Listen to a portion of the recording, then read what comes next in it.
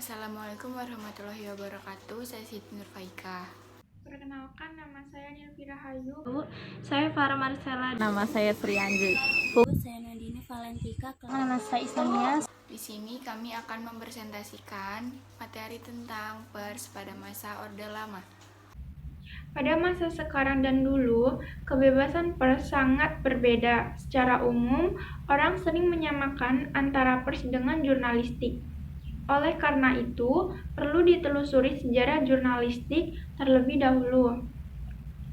Pers di Indonesia juga memiliki undang-undang yang mengatur tentang kebebasan pers.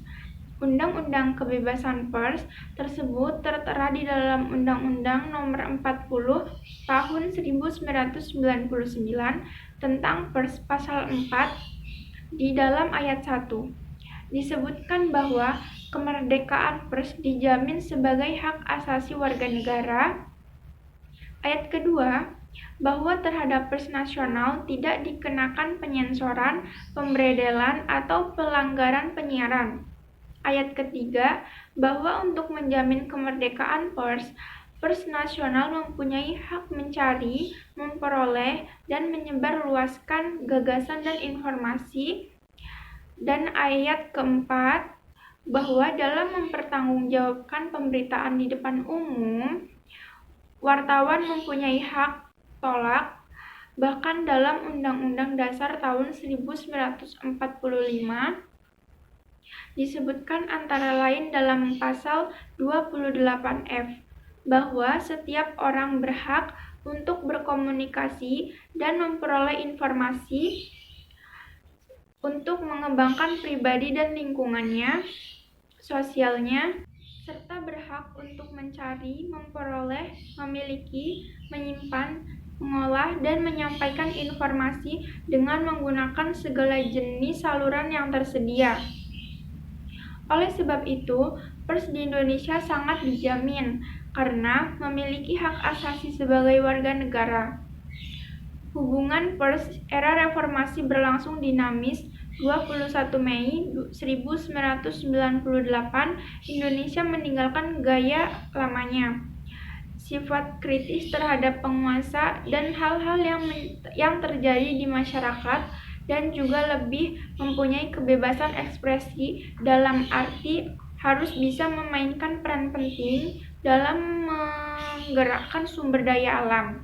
Pengertian pers. Dalam pengertian umum, hal ini sesuai dengan apa yang dikatakan I. Taufik dalam buku Sejarah dan Perkembangan Pers di Indonesia. Menurutnya, pers adalah suatu alat yang terdiri dari dua lembar besi atau baja yang di antara kedua lembar tersebut dapat diletakkan suatu barang dalam kurung kertas, sehingga apa yang hendak ditulis atau digambar akan tampak pada kertas tersebut dengan cara menekannya. Dalam Ensiklopedia Nasional Indonesia Jilid 13 disebutkan bahwa pers memiliki dua arti, yaitu arti luas dan arti sempit.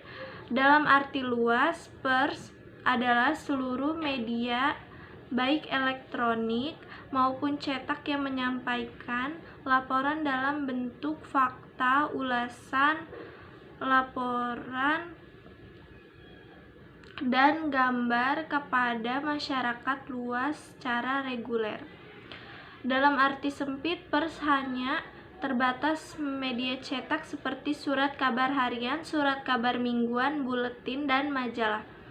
Secara yuridis formal, pengertian pers disebutkan dalam pasal 1 ayat 1 Undang-Undang Nomor 40 Tahun 1999 tentang pers, yang menjelaskan bahwa pers adalah lembaga sosial dan wahana komunikasi massa yang melakukan kegiatan jurnalistik meliputi mencari, memperoleh, memiliki, menyimpan, mengolah, dan menyampaikan informasi baik dalam bentuk tulisan, gambar, suara, dan gambar data, dan grafik maupun dalam bentuk lainnya dengan menggunakan media cetak, elektronik, dan segala jenis jalur yang tersedia. Fungsi pers. Dalam bab 2 pasal 3 ayat 1 Undang-Undang Nomor 40 Tahun 1999 tentang pers disebutkan bahwa pers mempunyai fungsi sebagai media informasi, pendidikan, hiburan, dan kontrol sosial. Sedangkan pada ayat 2 disebutkan bahwa pers nasional dapat berfungsi sebagai lembaga ekonomi. 4 fungsi pers secara lebih jelas yaitu 1. Sebagai informasi atau to inform, yaitu sebagai sarana untuk menyampaikan informasi ke masyarakat luas. Yang kedua, pendidikan atau to educated, sebagai lembaga kemasyarakatan dengan kemasyarakatan lain. Yang ketiga, hiburan atau to entertain, yaitu menyajikan tulisan-tulisan atau informasi-informasi mengenai jenis hiburan yang disenangi masyarakat. Yang keempat, kontrol sosial atau social control, yaitu menyampaikan peristiwa buruk supaya tidak terulang lagi. Fungsi pers sebagai alat kontrol sosial adalah menyampaikan atau memberitakan peristiwa buruk, keadaan yang tidak pada tempatnya, dan ihwal yang melayani aturan, supaya peristiwa buruk tersebut tidak terulang lagi. Selain itu, kesadaran berbuat baik serta mentaati peraturan semakin tinggi. Hal ini juga demi menegakkan kebenaran dan keadilan. Dengan fungsi kontrol sosial yang dimilikinya tersebut, pers disebut sebagai institusi sosial yang tidak pernah tidur. Lebih kurang 10 hari setelah Dekret Presiden RI menyatakan kembali ke UUD 1945, tindakan tekanan pers terus berlangsung, yaitu pemberedelan terhadap kantor berita PIA dan Surat Kabar Republik, pedoman Berita Indonesia dan SIN PO dilakukan oleh penguasa Perang Jakarta.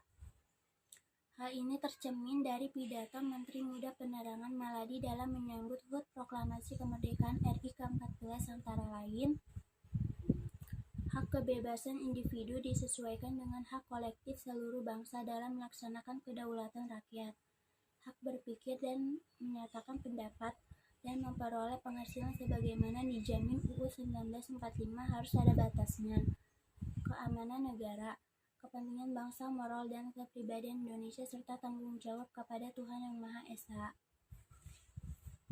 Awal tahun 1960, penekanan kebebasan pers diawali dengan peringatan Menteri Muda Maladi bahwa langkah-langkah tegas akan dilakukan terhadap surat kabar, majalah-majalah, dan kantor-kantor berita yang tidak mentaati peraturan yang diperlukan dalam usaha menerbitkan pers nasional. Masih tahun 1960, penguasa perang mulai mengenakan sanksi-sanksi perizinan terhadap pers.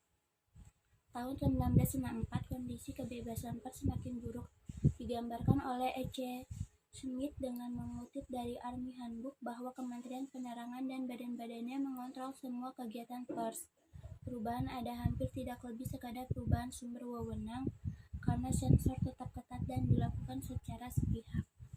Di sini saya akan membacakan kesimpulannya. Pers pada masa demokrasi liberal atau demokrasi terpimpin atau Orde Lama ini mulai menikmati kebebasannya. Pers yang lebih luas, namun pers pada masa Orde Lama atau terpimpin ini lebih cenderung digunakan sebagai sarana untuk menyiarkan berbagai kebijakan-kebijakan pemerintahan atau partai oposisi. Sekian, terima kasih. Wassalamualaikum warahmatullahi wabarakatuh.